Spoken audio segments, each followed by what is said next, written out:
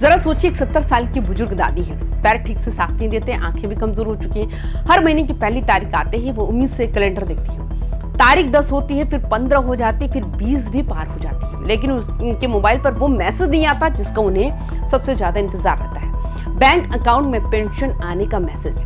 इससे देरी की वजह से उनके घुटनों के दर्द की दवा रुक जाती है, घर का राशन खत्म होने लगता है और वो बुजुर्ग माँ सिर्फ अपनी लाचारी पर उदास होकर रह जाती है।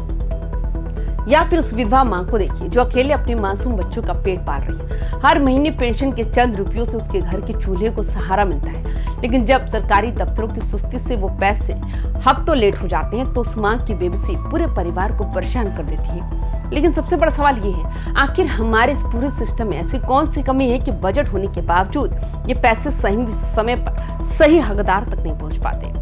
क्या ये सिर्फ कागजों पर बैठने वाले बाबुओं की लापरवाही है या फिर इस कछुआ चाल के पीछे कोई और वजह है? आखिर क्यों सालों से हर सरकार आती है, बड़े बड़े दावे करती है, लेकिन जमीनी हकीकत नहीं बदलती? और जब मुख्यमंत्री सम्राट चौधरी ने बेहद कड़ा और सीधा अल्टीमेटम जारी कर दिया है तो क्या वाकई बिहार की सुस्त मशीनरी में कोई हलचल होगी?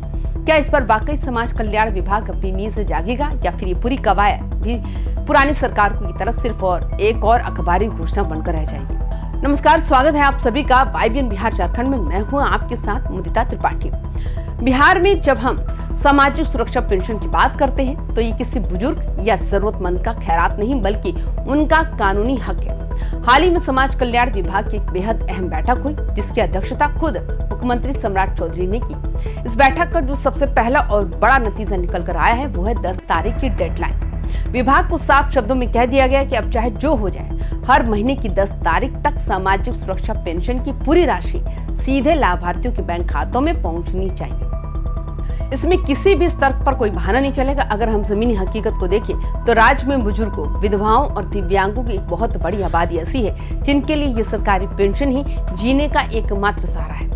ये कोई एक एक्स्ट्रा इनकम नहीं है जिससे वो कुछ सुख सुविधा की चीजें खरीदते हैं, बल्कि ये उनकी रोजमर्रा की जिंदगी चलाने का जरिया है। पिछले कई महीनों से लगातार ये शिकायतें आ रही थी कि डायरेक्ट बेनिफिट ट्रांसफर के इस डिजिटल दौर में भी पेंशन की राशि कभी महीने के आखिर में तो कभी 2-2 महीने लेट आ रही थी। जब सरकारी पैसे मिलने में इस तरह की अनिश्चितता होती है तो गांव का जो छोटा दुकानदार होता है वो भी गरीब को राशन उधार देना बंद कर देता है। नतीजा ये होता है कि लाचार लोगों को साहूकारों के पास जाना पड़ता है जो भारी ब्याज वसूलते हैं, यानी जो पैसा मदद के लिए था वो समय पर न मिलने के कारण उन्हें कर्ज में फंसा देता है। इसी कड़वे सच को देखते हुए इस बार सीधे सिस्टम को दुरुस्त करने का खाका तैयार किया गया। अब बैंकों के साथ डेटा लिंकिंग को मजबूत किया जाएगा ताकि जैसे ही मुख्यालय से बटन दबे एक साथ सभी के खातों में पैसे चले जाएं और हर महीने इसकी मॉनिटरिंग खुद सीनियर अधिकारी करेंगे। अक्सर जब भी जनता का काम नहीं होता तो वो सामने बैठे कर्मचारियों को कोसने लगती है, लेकिन असली बीमारी कहीं और है।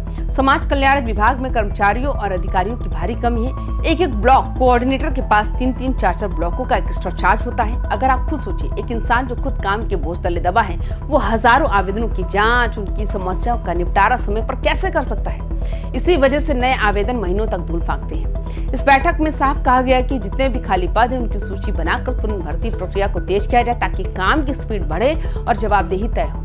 इसके साथ ही इस बैठक में जिस दूसरे सबसे बड़े हिस्से पर काम हुआ है वो है आंगनबाड़ी केंद्र। हमारे बिहार में हजारों की संख्या में आंगनबाड़ी केंद्र चलते हैं, लेकिन आज आंगनबाड़ी का मतलब सिर्फ एक ऐसी जगह बनकर रह गया है जहां बच्चे जाते हैं, थोड़ी बहुत खिचड़ी खाते हैं और वापस आ जाते हैं, जबकि 3 से 6 साल की उम्र बच्चे के मानसिक और शारीरिक विकास के लिए सबसे ज्यादा जरूरी होता है। बिहार में बच्चों में कुपोषण और महिलाओं में खून की कमी की समस्या जो एक बहुत ही बड़ी चुनौती है। अब उस पूरे ढांचे को बदलने के लिए सरकार 2 बड़े कदम उठाने जा रही है। पहला सेविकाओं और सहायिकाओं का हाजिरी को डिजिटल किया जा रहा है, यानी एक विशेष मोबाइल ऐप के जरिए रियल टाइम मॉनिटरिंग होगी ताकि कोई घर बैठे हाजिरी न बना सके। और दूसरा बड़ा कदम है CSR फंडिंग का इस्तेमाल, यानी बड़ी बड़ी कंपनियों को इन आंगनबाड़ी केंद्रों को गोद लेने के लिए कहा जाएगा, जिससे कंपनियों के पैसे से केंद्रों पर अच्छी बिल्डिंग्स, साफ पानी, मॉडर्न खिलौने और पढ़ने की सुविधाएं मिल सकेंगी। समीक्षा के दौरान ये बात बार बार दोहराई गई कि जब तक बच्चों और माताओं के पोषण से जुड़े आंकड़ों में वास्तविक सुधार नहीं दिखेगा तब तक किसी भी योजना को सफल नहीं माना जाएगा। हमें ये समझना होगा कि ये आंकड़े सिर्फ फाइलों में दर्ज कोई नंबर नहीं, ये हमारे राज्य की आने वाली पीढ़ी का भविष्य है। इसी सिलसिले में एक और बहुत ही महत्वपूर्ण योजना की समीक्षा की गई जिसका नाम है परवरिश योजना। ये योजना उन बच्चों के लिए है जो अनाथ है या बेसहारा है। इस बैठक में साफ किया गया कि इस योजना का दायरा बहुत ज्यादा बढ़ाया जाएगा और मौजूदा महंगाई को देखते हुए मिलने वाली राशि को और बढ़ाने की भी समीक्षा की जा रही है। तो दोस्तों, समाज कल्याण विभाग की इस बैठक का पूरा निचोड़ यही है कि सरकार अब योजनाओं को केवल कागजों पर नहीं बल्कि मिशन मोड में चलाना चाहती है। 10 तारीख की कड़क डेडलाइन और आंगनबाड़ी केंद्रों का ये नया प्लान सुनने में तो बेहद शानदार लगता है, लेकिन असली इम्तिहान तो अब शुरू होगा।